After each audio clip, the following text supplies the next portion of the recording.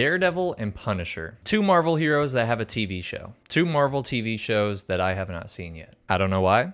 I just haven't got to them yet. I know.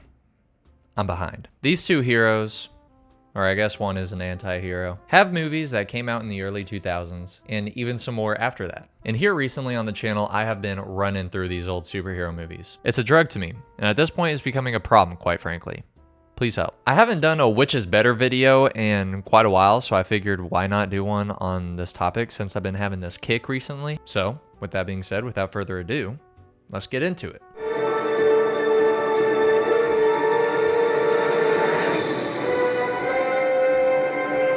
Daredevil has, for lack of a better word, a stink to it in the industry. When people bring it up, they scrunch their nose and talk down on it. They laugh at the man without fear and they say he's corny. Is it well deserved? Yes, and in some cases, yes. The movie starts out with some credits popping up because, well, duh, Spider-Man did it, so now we all gotta do it. And it's in Braille. I think this has a cool touch to it. It's a little cheesy and it's on the nose, but it has style to it. What, are we hating on style now? Give me a break. The movie starts at the end, which is also in the biz called a medias res, maybe. I feel like every video I just mispronounce. That's what I offer to this channel. Mispronunciation and bad content. Subscribe for more. And then the movie transitioned into his childhood. This brings me to my first point of discussion. I think Kid Matt Murdock in this movie is pretty good. The dynamic between him and his father is pretty close to the comic book portrayal. It's not perfect, but definitely good enough to pass for me. When we go into him and his dad talking after Matt gets in a fight, Jack talks to Matt about how he never wants him to fight and he needs to pursue his education. Jack, Matt's dad, views himself as a dummy and he doesn't want the same for his kid, which is very faithful to the comics. I like the dynamic between these two and I think it does a good job into showing us who Matt becomes. They also do a good job at not showing too much of these strings into his childhood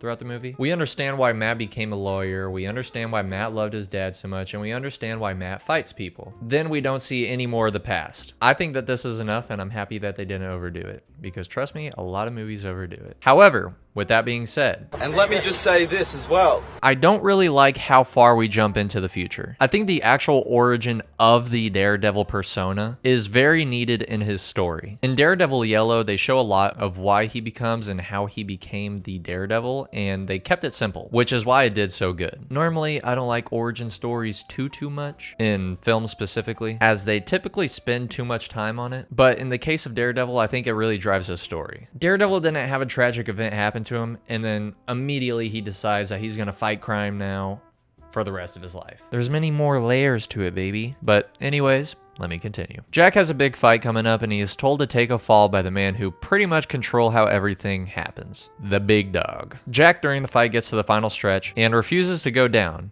knocking his opponent out. This does not go too well with Boss Man, and he gets Jack beat to death outside of the joint. Matt watches this, and that obviously fuels him to do big things in the future. And this scene feels lacking in my eyes, if I'm being honest. I think that the comics do a better job at telling this story, and I feel like this obviously is enough to fuel Matt, but the death of his father seems like it was preventable. Not a big gripe, but unless the main struggle in the movie is that the character should have prevented, then it should feel like that it's completely out of their control. Shortly after that, we cut into the future of Matt in trial, questioning an accused.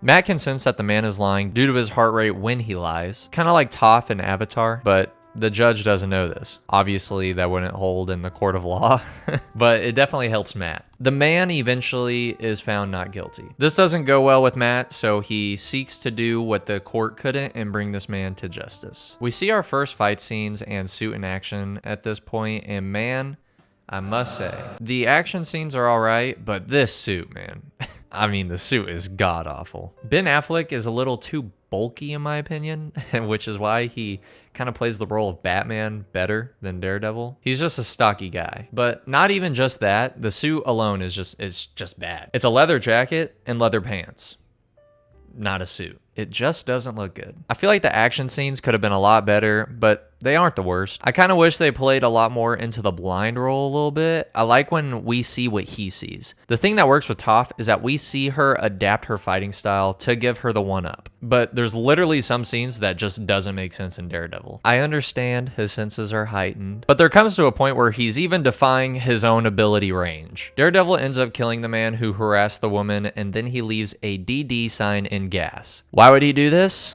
I don't know, but he did. The next day, him and Foggy are at a restaurant and meet Elektra for the first time. I love this scene. Jon Favreau plays Happy very, very well, and Ben, honestly, is a good Matt. Is he my first pick? No. But this scene is a good scene to show what Matt Murdock is all about. He's a little sassy, but very technical and smart. Foggy is very chatty and goofy, but is far from a dumb guy as well. They have a very well dynamic with each other, and I feel like that this movie shows that pretty well. Honestly, a show with Matt and Foggy wouldn't be something I would have looked past in the future if the Daredevil show didn't come out. They're just witty and fun to watch. This scene, and quite frankly, all the other scenes with these two, are almost a perfect way I would envision them communicating and talking in the real world. When Elektra comes around, Matt shows immediate interest even with his lack of vision. He pursues her when she leaves, and they get into a little tussle since she caught onto him following her. Now, this scene ruffled some feathers, and I have to agree, unfortunately. Now, don't get me wrong, I love a good scene in the superhero tale where we see our protagonist fighting or doing something abnormal in their regular day-to-day life. For instance, sorry to bring up Spider-Man like everybody else, but let's admit it, he's damn near perfect. Like in No Way Home, which, funny enough, before Daredevil arrives, Peter is using his web shooters to discreetly hide the world knowing he's Spider-Man from his parents and Happy. This is cool because it reminds us that even without the suit, he's still a badass and can do shit. It's hard to explain, but I hope you get what I'm saying. We like to see them flip that switch. Matt, however, looks insanely goofy in this movie, and especially this scene. Not an ounce of badasses in this scene. Never would I look at this and say, that's cool. It just comes off weird. I think the problem is that it feels like they're dancing rather than fighting, if that makes sense at all. You don't feel like Matt is about to get caught being Daredevil or that he's actually gonna get hurt, so you just aren't intrigued. At least that's the only reason I can come up with, but other than that, it's just a goofy scene. What more can I say? After this, Elektra finally tells Matt who she is, and then they go on about their days. We then get introduced to Bullseye, who is not a bad villain. He's alright, but very cheesy. The snake sound effect that plays when he moves his coat. What was the thought behind that? Bullseye doesn't bring much to the table in regards to motive and all that, but he really doesn't need to. For what he's supposed to be, he's fine. Matt gets invited to this party that a billionaire is throwing for all the important figures in the city, who just so happens to be Elektra's dad, hence why we got invited. Foggy sees this as a great opportunity, but Matt does not want to go because he's afraid that he'll get too attached to Elektra. They go anyways. Kingpin is at the party and plans on killing Elektra's dad, I forget his name, but unfortunately it does not matter that much. When he is aware of the risk, he dips and Elektra notices the situation. She goes along with her dad and Matt gets suited up as he also feels a disturbance in the force. I don't know why I did that like Cyclops. They don't do that. We fight Bullseye, but he successfully kills Elektra's dad in the process with Daredevil's own Billy Club. After this tragic event, Elektra starts training again so she can get her revenge. But did I mention it's to Bring Me to Life by Evanescence? Because it is. 2003, man. What a time for cinema. The introduction to Elektra is actually pretty good in my opinion for people who haven't heard of her before, which was probably a lot in 2003. If you know Elektra, there's probably a lot in this film you don't like about her character, but for the newbies of the character, I think she's an interesting addition and her past is definitely intriguing. So that's also a plus I have for this movie. However, a negative is that the third act is definitely the worst part in my opinion. It's very rushed and kind of anticlimactic. I'll finish the story out and then kind of talk about it after. Elektra finds Daredevil and stabs him because she blames him for the death of her father. When she finds out it's Matt, she apologizes and tries to help him. I hate when superhero movies do that. This up close and you couldn't tell that this is Matt Murdock? Stop it. Bullseye shows up and Elektra fights him, eventually getting a scythe through the hand. Daredevil follows Bullseye to the church and we begin where we started off in the intro. After Bullseye and Daredevil fight, Daredevil throws him out the window and puts him in critical condition. Not very superhero-like, but I don't blame him. I'm here for it. I'll tell you what, Spider-Man ain't tossing mofos out windows, that's for damn sure. We then head to Fisk Tower to take care of Kingpin. He gets his ass kicked for a while until he breaks something. This makes it so that he can see him better in the rain, leading him to breaking Kingpin's knees and putting him to shame. Early 2000s classic. I mean, if you want an edgy early 2000s classic superhero movie, this is what you're looking for. I mean, is there a better choice than this one? It has everything you need. Bad dialogue, terrible pacing, red leather. Fisk was not needed in the story. He didn't ruin it for me, but he just wasn't needed. If they gave Bullseye a little more motive, he could have easily been the main villain, no problem. That's why Homecoming has a perfect blueprint for a superhero standalone movie. There is one main big bad. We, as the hero, have to stop that main big bad. It's simple, there's no extra stuff. And the pacing is beautiful in Homecoming, not Daredevil. The pacing in this movie is terrible. The third act is so rushed, it feels like, and you just find yourself not intrigued. It's way too long and then rushed at the moment that matters most. After the first hour and 30 of that movie, you're pretty much ready for the credits. However, I do feel like for that first hour 30, you're enjoying yourself. Not saying the ending is terrible, but it just doesn't fit. The fights are rushed, the dialogue is short, and then before you know it, you're getting told who produced it. Other than the gripe of it being too long and kind of rushed at the end, I feel like the story is actually really fun. I like the idea of a cool origin and a mob boss being taken down. Who doesn't? That's like waffles in the morning, you can't hate it. But it's got a lot of competition that do it perhaps better. Is it the worst superhero movie ever? Absolutely not. I think it's just too fun and has too much 2000s to it. I love it. The story isn't that bad. It's just old and cheesy. All right, now let's talk about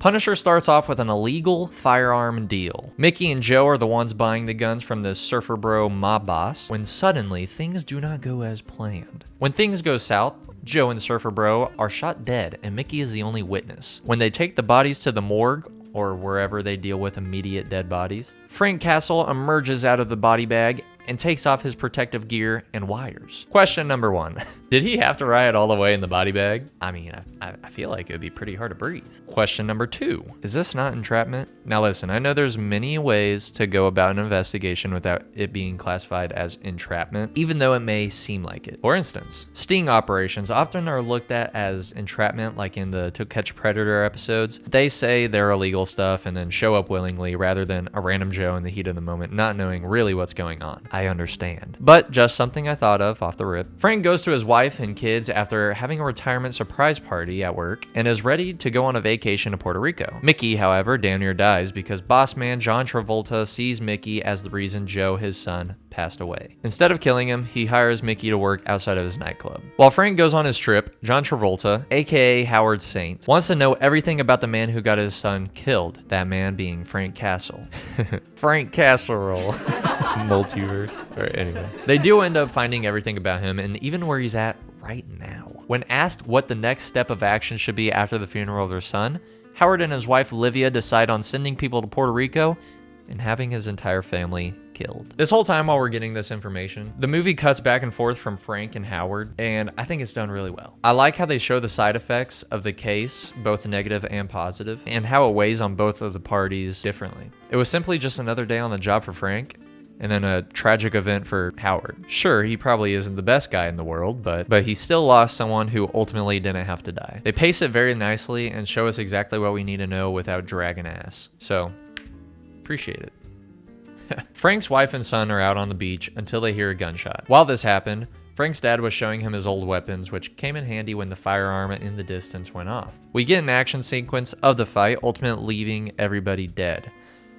Or so they thought. Frank survives and is brought to nursing by a local fisherman. Frank stays in Puerto Rico for 5 months with his thoughts and is surprised to see none of his former FBI agents looking into the murders due to Howard Saint's power. This intro is amazing. It tells us everything we need to know and we immediately feel for our protagonist. We want to see Howard pay for this off-rip and we want Frank to succeed. They showed him and his wife having a great time talking about having another child just to see them get murdered, and they did it so well. I love this intro for an anti-hero story. When Castle moves back to the States, he takes some guns and a shirt that his son got him during the trip before he passed. As a man with nothing to lose, he sought after revenge. Frank moves into an apartment building accompanied by 3 other outcasts named Joan, Bumpo, and Dave. These characters are really fun throughout the movie. I actually really enjoyed their inclusion. Usually when characters like this are added, they're really just there for comic relief and not too much of the story, but I really think that they added a lot more. Later on, you'll see a glimpse of what I mean, but overall, they kind of just remind Frank that there is good people in the world and that he's not alone, and there's always a second chance for Frank to have another family. Frank kidnaps Mickey and takes him back to the apartment to get information out of him about the Saints. He wants Mickey to work for him under wraps, and if he doesn't, Well, you'll just kill him right where he stands. Mickey tells Frank a lot of valuable information considering he thought Frank was burning him, but instead he was just grilling some meat and putting a popsicle on his back. This is awesome, smart, and badass. Love it. He's not completely full of rage and does dumb stuff, but he's also not too over-the-top smart guy, James Bond style. It's just a man on a mission. That's badass, come on. One thing Frank learns is that Howard loves to play golf, and his wife loves to watch movies every Thursday. So he visits his own grave, takes a stone, and puts it on his golf course, telling Howard and his team that the dead man has returned. Somehow Palpatine returned. Howard, shitting bricks now, sends assassins over time to kill Frank. The first one tries to kill him after breakfast in a car chase. When he thought he had Frank on the ropes, he shoots a ballistic knife to his throat. Oh, fuck. Which sucks because Frank's car is now totaled. This Punishmobile was awesome and very cool, and I hate to see it go so fast. The Punisher car walked so the Batmobile can run. Next up, we get the Russian, who looks like Mother Russia and Kick-Ass. He is the closest to success with Frank as he nearly kills him, but Frank threw a hot oil on his face, and that does not feel too good. Do not try that at home. They're both very wounded, but Frank gets the one up. Refusing to go to the hospital, Joan sews him up and gets him to a decent livable point. The Saints, however, knew something was up after not getting word back and head to the apartment. Frank has a secret elevator in his apartment. Yeah, just got one hidden in there. This apartment is supposed to be abandoned, I guess, but still. The Saints only see Dave and Bumpo, so they make them talk. Dave, unfortunately, has a lot of piercings, and the Saints don't like that too well. So they schedule a removal appointment, which starts in 2 minutes. I did not like watching this. They didn't show it, but my imagination covered that up for me. Now you might be thinking, why would Dave not rat him out or lie to the guy where Punisher is? He doesn't know him nothing. Well, actually, in the very beginning of the apartment, Joan had a abusive boyfriend come over, and the boyfriend was kind of talking down on Bumpo and Dave, and Punisher was not going for that. So he stood up for everybody, and they appreciated that a lot. And they also know what Frank is capable of. They know his motives and how dangerous he is. So they try their hardest to keep it on the hush, or else they will probably get a punishment that's far worse than what the Mafia would give them. Which also, that reminds me, I have another plus about this movie. They don't have a cheesy line about him being the Punisher. Until the very end. I like that. They usually do that very quickly in the movie, but I like that he doesn't get his alias until the end. Anyways, back to it. When they find out that Castle isn't there, he is, they leave one man to wait for him to come back and kill him. This does not fare well with him in the long run.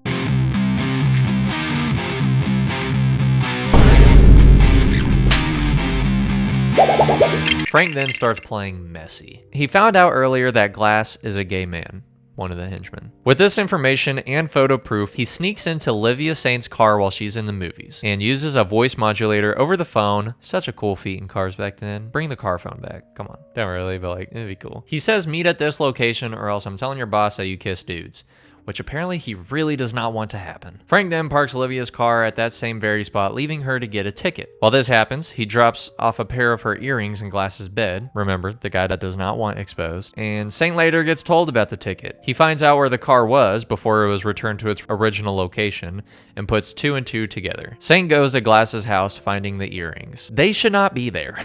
If you are lost, Saint stabs Glass to death. He then waits for Livia and questions her. She tells Howard that it's impossible for her to cheat on him with Glass because Quentin was gay. Howard, however, ain't buying it, and he takes her to where they first met. Now it's just for horror. She'll fit right in.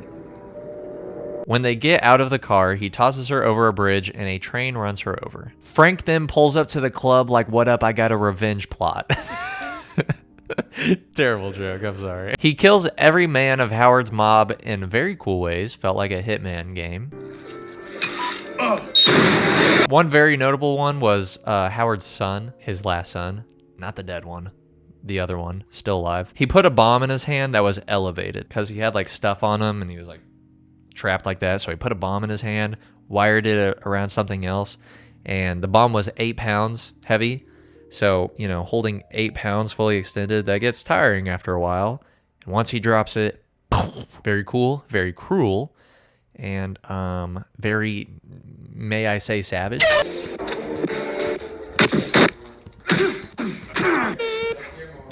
Castle meets Saint outside and they get in a duel, kind of like a old Western standoff. I like it. Castle wins and tells Howard about his master plan. He made him kill his own wife, made him kill his best friend, and now he will kill him. He ties Saint to a car and lets it run off with him dragging behind it. The bomb attached to it goes off, and Saint dies in an explosion. The Punisher logo in the flames was definitely cheesy, but I'll allow it. Upon arriving home, Frank tries to end it. He is reminded of his past and what Joan said earlier, which was not to let the past memories ruin your future, and you can always make new, better memories. Something along those lines. I forgot the exact quote. He leaves the apartment, but not without leaving a present for the tenants. It was a big stash of Saint's money for all of them for helping him. He then says in a monologue that he vows to kill anybody who harms the innocent, and if they do, he will then be the Punisher for their crimes.